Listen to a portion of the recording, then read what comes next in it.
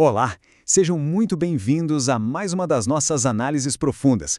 Hoje, a gente vai mergulhar de cabeça no segundo capítulo daquela obra-prima Criação e Consumação do teólogo Jared Van Groningen.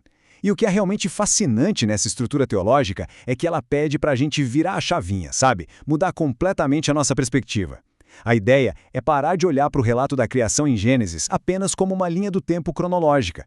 Em vez disso, a gente vai examinar esse texto como o estabelecimento de um reino majestoso e soberano.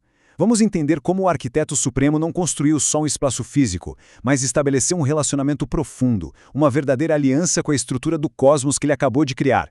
E para começar a entender essa imensidão, a gente precisa estabelecer uma premissa fundamental. Como o próprio autor diz, o cosmos criado não é um caos de inútil e desorganizado. Essa citação captura com perfeição a âncora de toda a nossa explicação de hoje. O universo definitivamente não é um acidente cósmico. Trata-se de uma estrutura super intrincada, cheia de propósito, que reflete diretamente as intenções do seu arquiteto. Cada detalhe, cada elemento foi pensado, posicionado e recebeu uma função super específica. E o nosso roteiro de hoje passa por 5 pontos essenciais. 1. A criação pelo Fiat. 2. A estrutura do cosmos. 3. O reino cósmico. 4. O pacto da criação. E 5. A revelação cósmica. Começando então pelo ponto 1. A criação pelo Fiat. O método que o Criador usou para trazer o universo à existência é, por si só, uma declaração absurda de realeza. A palavra Fiat revela isso muito bem. É literalmente o exercício do poder soberano através de um comando verbal. O que é incrivelmente interessante de notar na obra de Van Groningen é que essa criação por Fiat demonstra a realeza absoluta do Criador. O arquiteto não estava ali suando para moldar uma matéria pré-existente e rebelde. Não. Ao simplesmente falar, a matéria foi trazida à existência e no mesmo milissegundo o controle sobre ela foi assumido. Isso significa que a matéria do universo é ativamente controlada. Nada foi deixado ao acaso ou a forças cegas. É o rei ditando as regras do seu novo domínio. Simples assim. E isso nos leva à seção 2, a estrutura do cosmos. Bom, uma vez que os elementos básicos já existem por causa do Fiat, eles precisam ser organizados, certo?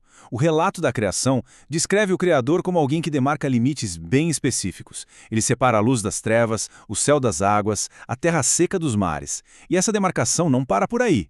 Existe uma nomeação e um preenchimento desses domínios. É como se cada elemento recebesse um papel totalmente harmonioso e específico dentro de um sistema gigantesco. A água recebe a vida aquática, o céu recebe as aves, a terra seca recebe a vegetação e a humanidade. É uma organização magistral. Nenhuma parte existe de forma independente. O Sol e a Lua precisam do céu, do mesmo jeito que a gente precisa da vegetação. Tudo está perfeitamente conectado.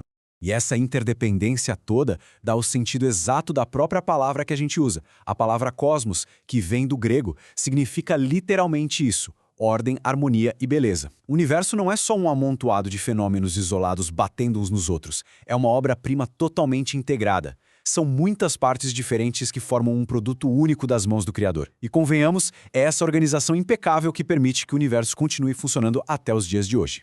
O que nos puxa para o ponto 3, o reino cósmico. Agora, observando esse cosmos estruturado pelas lentes de um domínio real, surge uma pergunta natural que a teologia precisa responder. Diante de tanta complexidade, de tanta coisa acontecendo ao mesmo tempo, como esse vasto reino não entra em colapso? Como essa engrenagem intrincada do universo é preservada, sem simplesmente voltar para aquele caos inicial, desorganizado?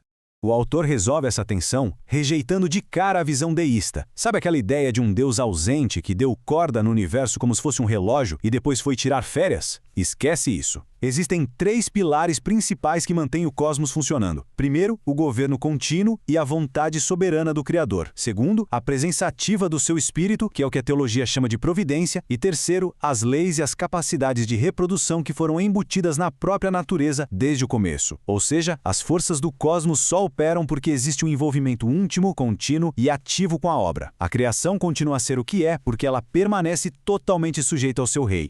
Chegamos à seção 4, o pacto da criação. Esse é o coração da nossa análise. Mas como exatamente se dá esse envolvimento tão íntimo entre o Criador e a sua obra? É aqui que a gente chega no clímax da nossa explicação e no grande foco teológico do capítulo 2, o pacto da criação. Olha, é absolutamente essencial a gente redefinir o que significa aliança ou pacto aqui. Tira da cabeça a ideia de um contrato legal, frio, distante, assinado num cartório. O pacto da criação é um vínculo super dinâmico de vida, de amor, de poder e de bondade. Um relacionamento muito profundo foi estabelecido com a estrutura cósmica. Esse pacto é tipo um instrumento vivo que mantém todos os relacionamentos ordenados. É ele que garante que o universo continue funcionando e revelando a sabedoria divina. É uma aliança gigante que envolve literalmente toda a criação animada. E dentro dessa aliança maravilhosa, o papel humano ganha um destaque impressionante. Homens e mulheres não são apenas meros habitantes do cosmos, não. Eles recebem a designação de vice-gerentes. Eles funcionam como verdadeiros representantes reais, dotados da imagem divina, e recebem mandatos claríssimos para cultivar, dominar e administrar a criação, sempre em submissão ao grande rei. Então, ao cumprir esse papel, a humanidade atua como a grande administradora desse pacto de amor e vida. É uma responsabilidade e tanto. Para amarrar tudo isso, o Van Groningen introduz uma âncora conceitual fantástica que ele chama de o cordão dourado.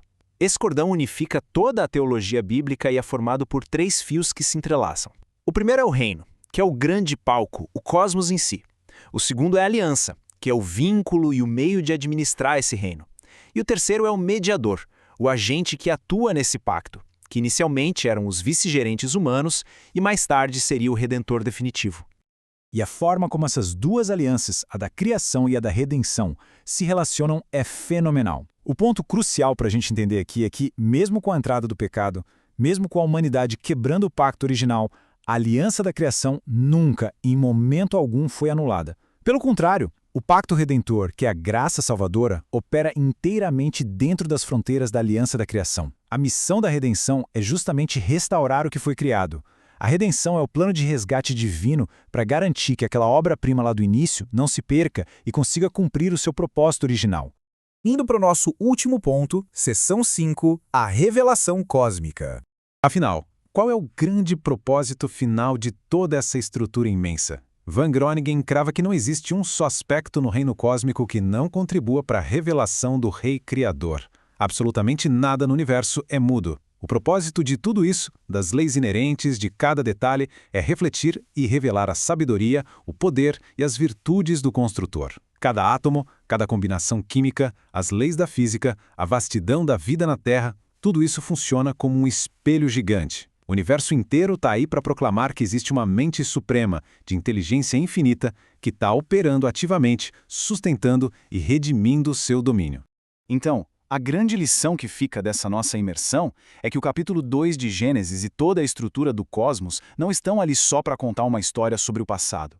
Eles formam a própria arquitetura do presente e do nosso futuro. Aquela aliança original de vida e amor continua de pé, sustentada ativamente pela providência e, claro, pela graça. E agora, diante da imensidão dessa obra-prima toda, fica a reflexão. Como será que esse pacto inquebrável da criação dita os rumos de tudo que a gente conhece hoje? Como ele molda esse palco inabalável tanto para a nossa história humana quanto para a história final da redenção? É uma ideia fascinante para levar para a vida, não é? Muito obrigado por acompanhar mais esta explicação teológica profunda e a gente se encontra na nossa próxima análise.